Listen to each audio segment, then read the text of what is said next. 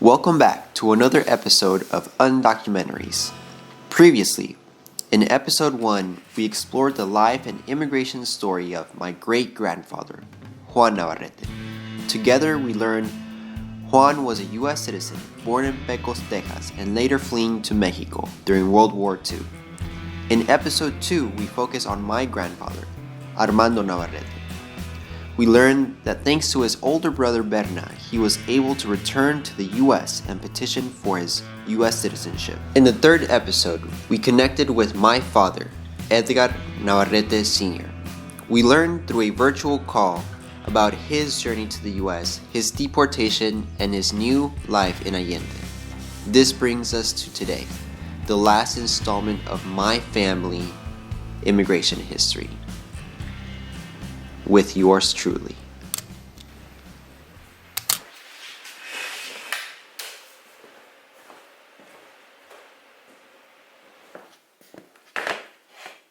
In all the previous episodes, I've been able to meet with people and tell the story of those individuals either through interviews with someone else or themselves. So it only makes sense that I interview myself in front of a mirror, because that's where we're at. Cheers to that. But on a serious note, as I begin to tell my immigration story, I just want to point out that I feel like my immigration story has already started. As a matter of fact, it started with Juan Navarrete, my great-grandfather. I think looking back at several generations helps give us more context of the immigration story of the following generation. So let's just backtrack to where I last entered this beautiful world with my father. I was born in Monclova, Coahuila. That's not too far from Allende. As a matter of fact, it's in the same state. But very early in my life, my family had already started migrating to the U.S., to San Antonio, here. As more and more family members began to move, my father, fresh out of the university, already graduated with an engineering degree, decided to move to the U.S. to learn English. But as you learned from the previous episode, he got a taste of the U.S. dollar, so he started making some money working construction.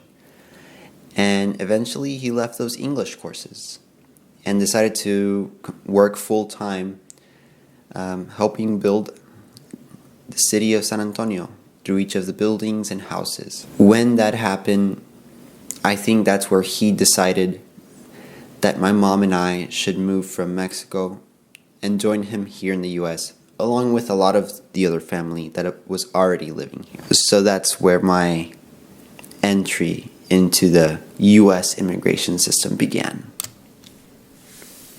My family was moving into the U.S., coming in legally through a B2 visitor's visa, a tourist visa as it's known. One that you have to renew every so often. You can't stay in the U.S. permanently with that. You have to return, you're visiting. Well, that's really how it began. My parents started coming back and forth, renewing their visas, returning to the U.S. But at some point, they just decided, let's just go ahead and stay here. And the reason they did that was because, as you have learned already through previous episodes, my grandfather at this point was probably already a legal permanent resident, if not a U.S. citizen, and he was petitioning for his kids, my dad, my uncle, and my aunt. So my dad, knowing this information, decided that it would be pretty easy to just, well, if my visa expires, then I think that I'm in this petition and everything will go well and I'll get some kind of status to be able to stay in the U.S. But that's not how it happened. You see, the issue there was that because he had already been married and was over age, it either disqualified him or just made his process even longer. And he didn't end up getting legal permanent residency status. He never did, actually. Neither did my mom, nor I. So we remained in the US as tourists until our visas expired. It was at that point, early on in our lives, here in the US, that we were undocumented. So the last time that I left the country was, I remember the date, it's so easy.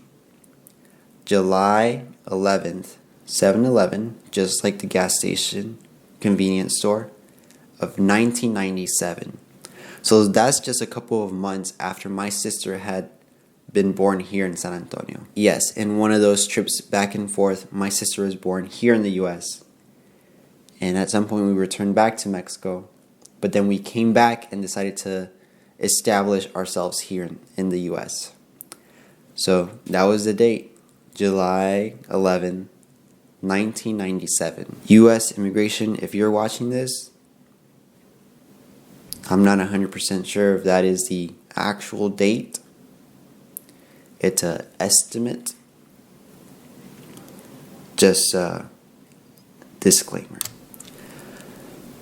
I've been living here for quite a while. For the majority of my life, I've gone through the US school system, elementary, middle school, high school. And that's where I think you hear a lot of those dreamer stories. A lot of those, oh, I'm undocumented. I didn't really know. Well, yeah, I am. And that's also where things start to get interesting in terms of US immigration. Because under President Obama, he launched a program called Deferred Action for Childhood Arrivals back in 2012. That summer, that's when it was announced. That also happens to be the summer when I had just graduated from high school. So in that summer is when I found out that there was something that I could apply for. Because believe it or not, there's not a pathway for people to just get in line, go to the post office, as a lot of people think. That's not how it works. That line that so many people describe, yeah, just get in line like everyone else. Let me tell you the truth. It doesn't exist for many. So in 2012, I remember the exact moment when I learned about DACA.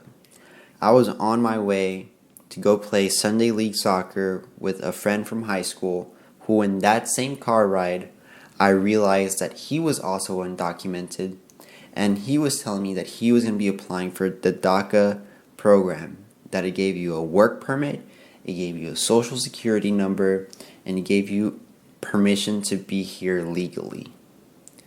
Temporary, of course, but that was something. So it wasn't until 2014, 2 years later, after the program was announced, that I actually submitted my very first application. And it took me a while because 1, it was expensive. 2, I didn't do it through a lawyer, I did it myself. And 3, there was a lot of information to collect. The fee at the time was like $465. You have to pay that every single time that you renew, every 2 years or so. Lawyers can be expensive. I didn't know that nonprofits were a thing and could offer you assistance for free or close to free. And 3, well, it just took a lot of research to figure out exactly what I was going to submit to the U.S. immigration system, all of the information required in the very first application. You need to submit absolutely everything that proves that you've been living here in the U.S. to meet the program requirements. So I submitted documents including school records, information about like my first communion and confirmation and all of that, and just anything that had my name, a date, and an address that I was here in the U.S. And let me tell you, that packet was big. And that very first application took a long time, almost a full year.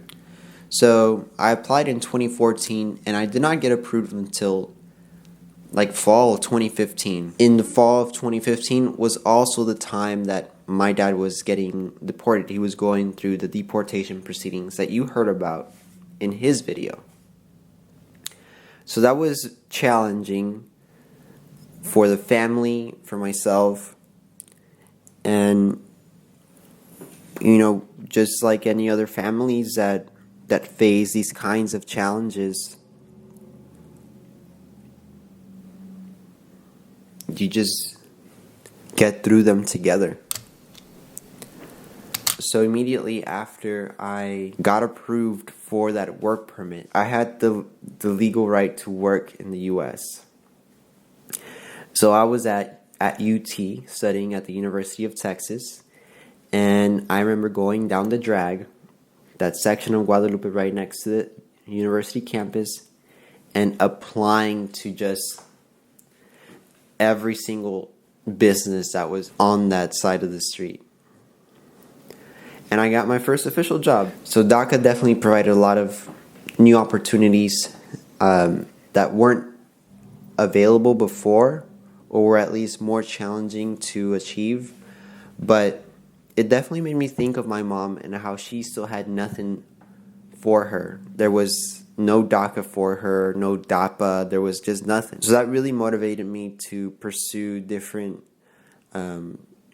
opportunities where I would try to do something about that, to speak up for her and try my best to help the community in that way. So that led me to go into the immigration field, and I worked for a really awesome nonprofit in Austin that does immigration work. And that's where my passion for this began. So here we are, maybe not in law school, but we're telling stories just like a lawyer would.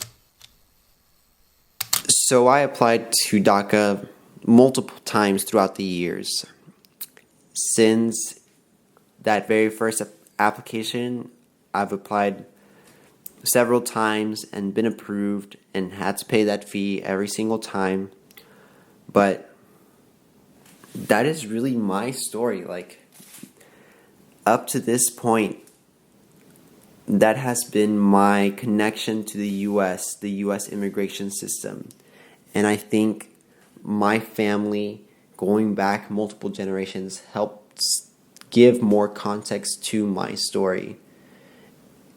And I'm just really happy and proud to be able to share their stories, because it's not just one person, it's multiple generations, and each of those decisions made by those family members has a long-lasting effect. But no matter what has happened, I'm here. This is exactly the moment in time where I'm supposed to be, where I'm supposed to exist. And here we are, telling stories on YouTube. I'm happy, and I hope to continue doing this. As a matter of fact, the goal for this project was to be sharing the stories of immigrants and share all the awesome things that they do. So this will be the very last Undocumentaries episode of 2020. There will be a season break over the winter time, and we'll return with new episodes, new people in 2021. So there you have it. This is Undocumentaries. My name is Edgar Navarrete. I am an immigrant, and this is my story.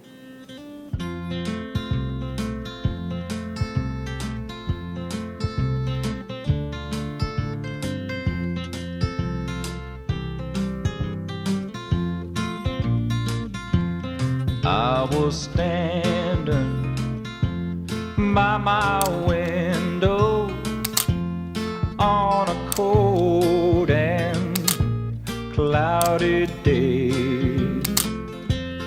when I saw the hearse come rolling or to carry my mother away? Will the circle be unbroken by and by, Lord, by and by? There's a better home awaiting in the sky.